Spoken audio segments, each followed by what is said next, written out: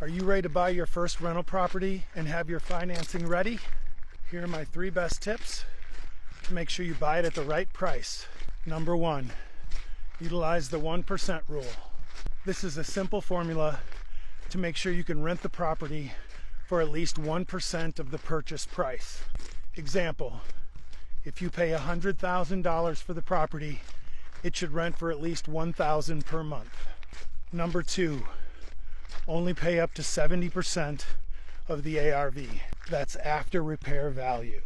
Example, if the ARV is $150,000 and it takes $25,000 to renovate, you would take 70% of the $150,000 minus the $25,000 to arrive at the max amount you can pay of $80,000. And number 3, and this one is critical, know your cap rate. Example, take your NOI, which is net operating income, and divide it by the purchase price. You are in great shape if your cap rate is between 6 and 10%.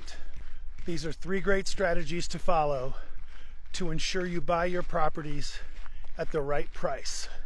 Okay, so we have the plan. Let's go.